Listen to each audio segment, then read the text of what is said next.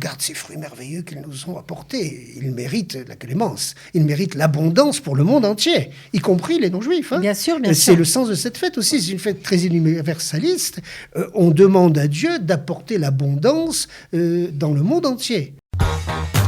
Israël, comment ça marche ? Vous allez adorer comprendre Israël.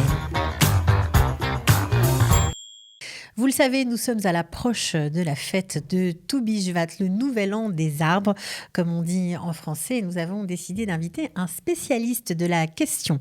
C'est le professeur Hillel Henry Bakis, qui est bien sûr spécialiste, mais il est aussi géographe et sociologue. Il a de nombreux ouvrages à son actif sur différents sujets, comme comprendre la Haftara, lire les psaumes, des grammaires hébraïques.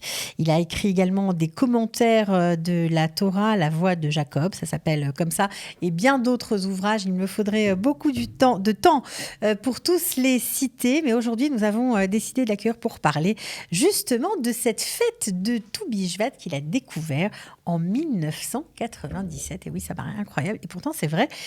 Professeur Hillel Bakis, bonjour. Bonjour, merci d'abord de m'avoir invité. C'est un plaisir de rencontrer le public de Kalita. Le plaisir est partagé. Alors, 1997, vous connaissiez quand même la fête de Toubi Shvat. Avant ça, je bénissais les fruits. Ok. Mais la fête de Toubi Shvat en tant que telle, j'habitais en France, et je ne connaissais pas spécialement, je connaissais le jour du calendrier, mais je ne savais pas qu'il fallait faire... Il y avait rien de spécial, quoi. Vous faisiez quelques brachot, et voilà.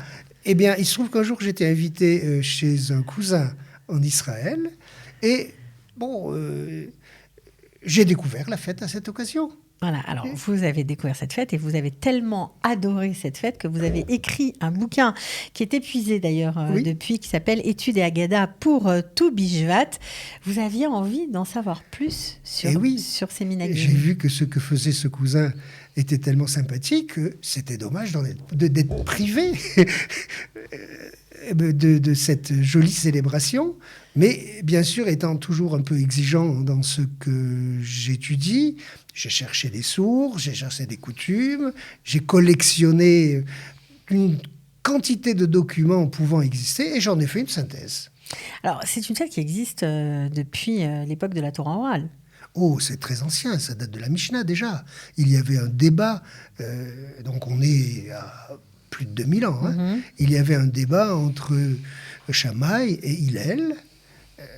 Shammai fixant la date, on parle de date du nouvel an des arbres, au 1er Shvat.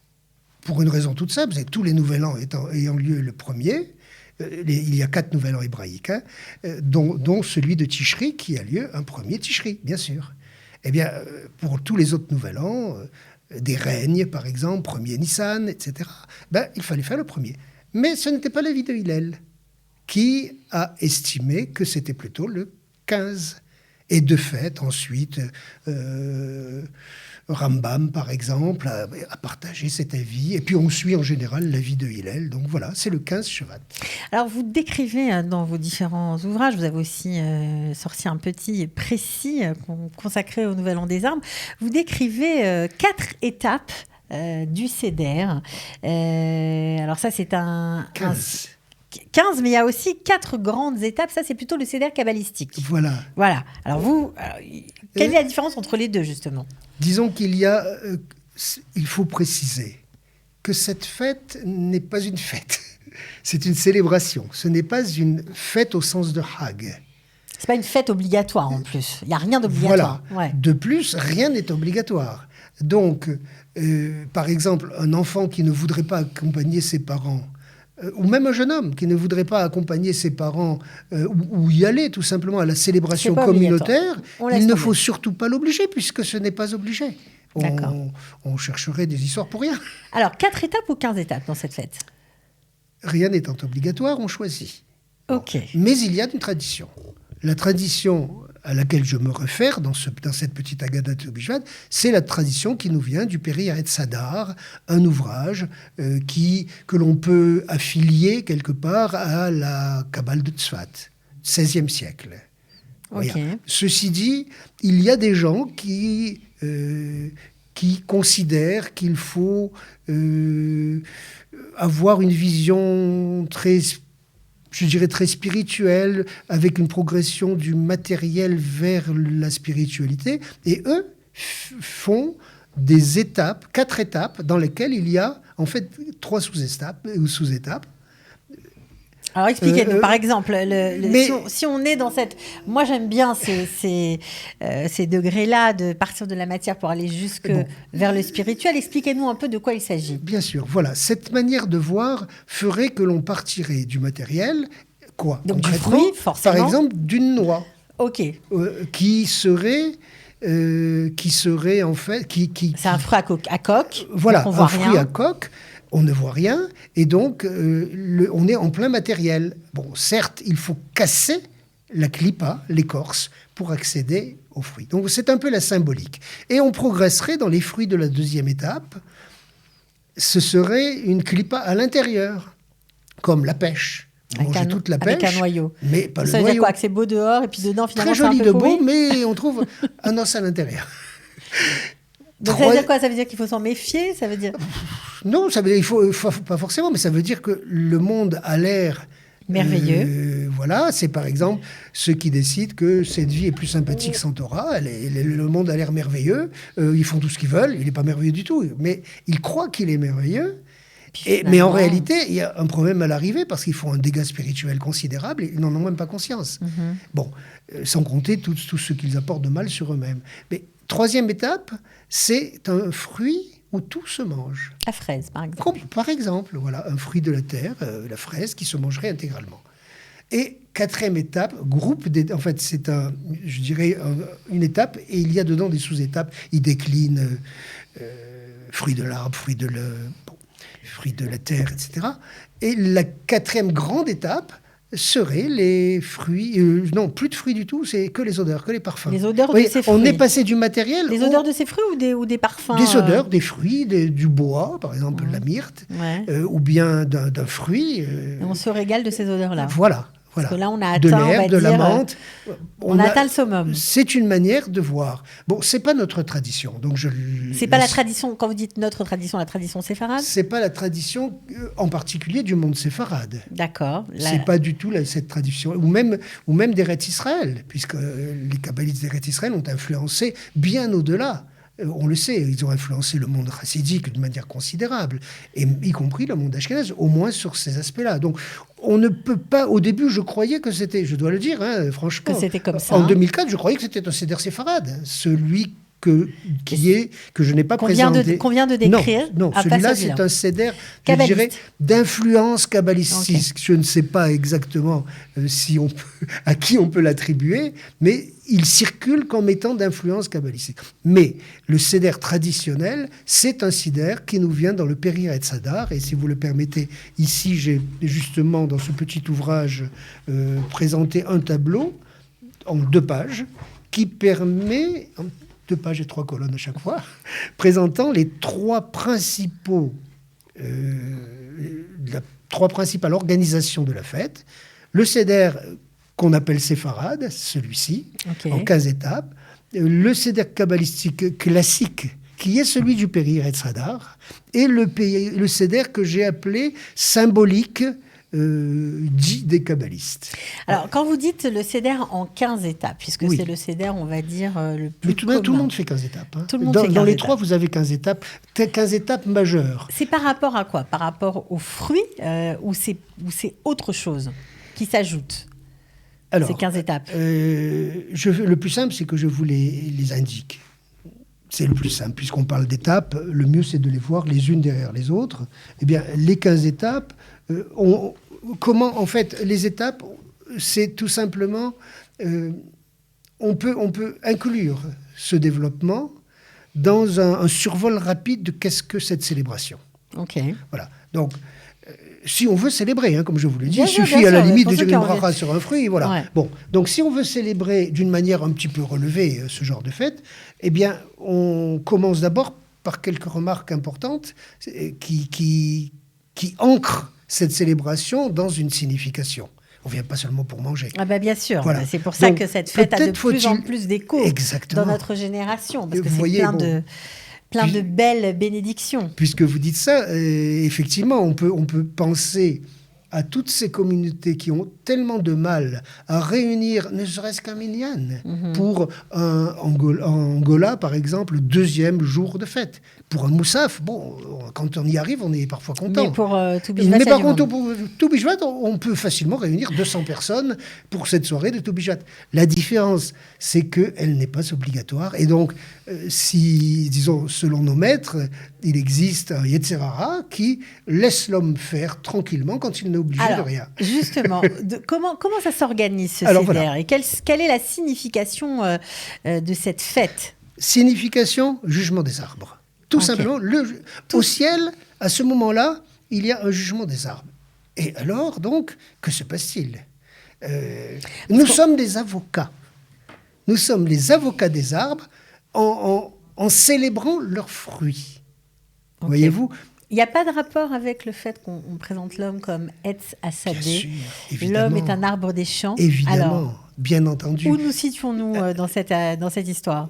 C'est une très belle question, parce que justement, ce jour, c'est le jugement des arbres. Mais comme vous l'avez dit justement, l'homme est un arbre des champs, c'est aussi un jugement de l'homme.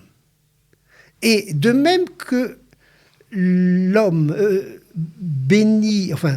plaide, je dirais, pour prendre un terme d'avocat, plaide pour les arbres auprès de Dieu, en disant, regarde ces fruits merveilleux qu'ils nous ont apportés, ils méritent la clémence, ils méritent l'abondance pour le monde entier, y compris les non-juifs. Bien sûr, bien sûr. C'est le sens de cette fête aussi, c'est une fête très universaliste. On demande à Dieu d'apporter l'abondance dans le monde entier. Eh bien, les arbres méritent cela, grâce à leurs fruits. De la même manière, les êtres humains vont mériter par leurs enfants, par leurs bonnes actions. Le fait de répondre Amen à une bracha, c'est une bonne action, c'est un fruit de l'homme aussi.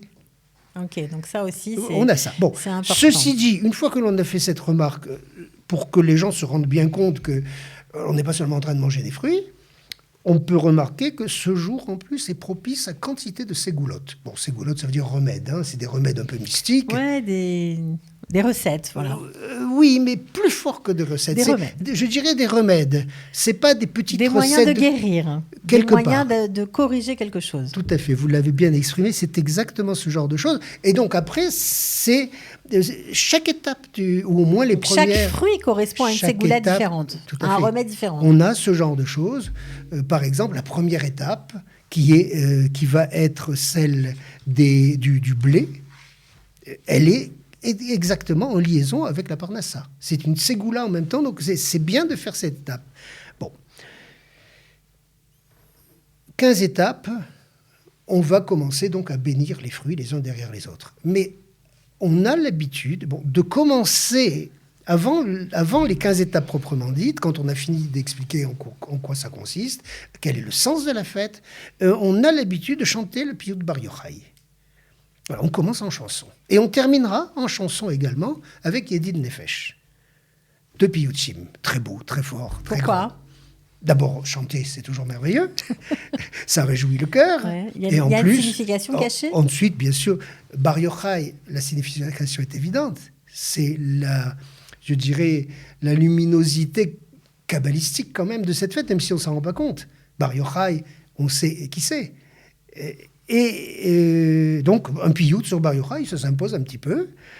Ceci dit, si on ne l'a pas fait, rien n'est obligatoire. Non, mais bien sûr, c'est juste... Bon, première étape, deuxième étape, jusqu'à 15e étape. On a l'habitude, vous savez que le Beth Amikdash, qui soit bientôt reconstruit, Bezrat Hashem, le Beth Amikdash avait une entrée et il y avait 15 marches. 15 marches, c'est les 15 Shir HaMahalot. Au niveau correspondance, les 15 psaumes qui commencent par Shir et les fameux psaumes des marches, en quelque sorte. Ok. Eh bien, à chacune de ces étapes, nous lisons l'un de ces psaumes dans l'ordre. Ce qui fait que quand on arrive à la 15e étape, on est quasiment à la porte du Beth Amikdash. Vous voyez, il y a une progression spirituelle. C'est pas seulement, entre guillemets, excusez-moi du terme, de la mangeaille. C'est pas ça, la table juive est une table éminemment spirituelle. C'est quasiment... Enfin bon, on va pas développer sur ça, mais je veux dire... En tout cas, c'est très beau cette idée de 15 étapes pour la fête de Tou Bishvat, 15 marches. Je pense que c'est pour cela la raison du chiffre 15. Première étape, pâtisserie. Deuxième étape, olive. Troisième étape, date. Quatrième étape, vin ou jus de raisin. À propos du vin, je refais une allusion au seder dit des kabbalistes. Dans ce seder-là, ils ont l'habitude de boire du vin en commençant par du blanc. Dans un des premiers groupes, du vin blanc, puis du vin rosé, puis du vin encore plus rosé, et enfin, dans le quatrième groupe d'étapes, du vin rouge. Allusion au réchauffement progressif de la nature, avec peu à peu, la nature qui était exsangue, peu à peu va se réveiller. C'est de très jolis symboles. Bien très sûr. jolis symboles. Rien n'empêche, dans ce seder-là, qui est le nôtre, de boire aussi 4 vins différents. C'est si on aussi veut. à chaque fois des allusions à l'homme. Bien sûr, C'est toujours. pareil. Toujours. 5e étape, la figue. 6e étape, la grenade. 7e, le fruit de l'arbre que l'on préfère. De préférence, mais ça n'a rien d'obligatoire, un cédra, une confiture de cédra. Si possible, le cédra du loulav, que l'on aura fait confire. Autre fruit, 8e étape, on peut prendre la pomme. 9e, on peut prendre la noix. Mais vous voyez, tout ce qui compte, c'est que ce soit des fruits de l'arbre. On arrive, 10e étape, encore fruits de l'arbre. 11e étape, pareil, donc par exemple l'amande. Puis un fruit que l'on n'aurait pas encore consommé dans l'année permettrait de rajouter la bracha shehecheyanu. À condition, il faut voir les rabbanim pour savoir quand on peut exactement prononcer une bracha. Parce qu'il ne faut pas que ce soit un fruit qui date de la saison d'avant qu'on aura congelé. Okay. Donc il y a des règles techniques quand même. Et il vaut mieux ne pas dire une bracha que de dire une bracha à tort. Et il y a également, bien sûr, la caroube que l'on pourrait utiliser. Caroube qui est extraordinaire. On se rappelle que Bar Yochai avait été nourri de caroube et d'eau. Exact. Dans sa fameuse grotte de Piquérine. Alors comment ça termine ? On termine à la 13e étape.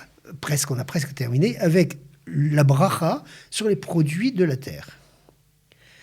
Puis, on a besoin de dire Sheakol. Et comme vous le remarquez, on n'a pas encore béni l'orge, qui est un des fruits d'Eretz Israël. Et donc, il est coutume, dans le Seder Séfarad, qui a été validé à l'époque, quand j'ai écrit cela, bien entendu, je n'allais pas raconter n'importe quoi. Et donc, j'ai demandé à un Rav, au Rav Zermati, qui est le Rav issu de la tradition algérienne qui est en Israël, Moreh Tzedek, et je lui ai demandé son avis sur quoi faire. Il m'a dit très bien, ce seder est parfait, on le publie sur le site Torah Temet du Rav Zermati en 2008. Et donc, lui m'a bien dit, et il l'a écrit d'ailleurs dans ses Sheilot Teshuvot, que l'on a la coutume de faire la bracha sur la bière. Alors, ça a l'air d'être anecdotique, ça ne l'est pas. Pourquoi ? Et parce qu'on a béni le vin. Alors ? Bénir le vin dispense de toute autre brachot sur d'autres boissons. Justement, donc on ne devrait pas pourquoi bénir la bière, mais bien sûr. Donc, les avis sont partagés. Il y en a qui disent qu'il ne faut... Il y a des avis des décisionnaires qui disent non. On savait qu'on allait boire la bière, donc on l'a acquittée de fait. Et quand bien même on aurait eu la volonté de ne pas l'acquitter... c'est très technique, mais ce qu'on a dit en filigrane, mais pas clairement, c'est que c'est une fête qui fait qu'en gros, on est extrêmement, en tout cas l'attachement à Eretz Israël ressort par rapport aux fruits qu'on doit consommer. Voilà. Et ça, c'est hyper important à dire. Parce qu'on peut oublier que cette fête de Tou Bishvat est très liée à la terre d'Israël. On ne peut pas l'oublier. On ne peut pas l'oublier, puisque, par exemple, les chassidim, au XVIIIe siècle, en Ukraine, en Russie, s'arrangeaient ce jour-là en faisant des prodiges d'invention. Comment ont-ils réussi à récupérer un fruit venant par les voyageurs d'Israël ? Ça pouvait être une date, une noix, une pistache. Et ce fruit venant d'Israël était auréolé d'une sainteté véritable. Ouais. Vous voyez ? Donc déjà, même cette fête est inextricablement liée à la terre d'Israël, ou à ses produits, les 7 produits qui font les 7 premières étapes. Eh bien, certains se sont un peu moqués de cette fête, en disant que c'était une fête sioniste, une fête de l'État d'Israël. Ils n'ont rien compris. certes, et avec justice, l'État d'Israël plante des arbres. Ce jour-là, pas cette année, c'est la Shemitah. Donc on ne va pas s'amuser à planter des arbres cette année, il me semble, va sous contrôle d'un rave. Mais moi je dis. Ok, mais en tout cas, c'est pour vous, c'est une. Est magnifiée. Ouais. La terre est. On s'en occupe, on l'a fait. On a eu ce prodige qui fait que nous sommes à peine 73 ans après la renaissance de l'État, un peu plus d'un siècle après les grandes aliotes, après les aliotes de Rabbanim qui n'ont jamais cessé au cours des âges. On n'a pas attendu 1880 pour monter en Israël. De tout temps, des Rabbanim sont venus.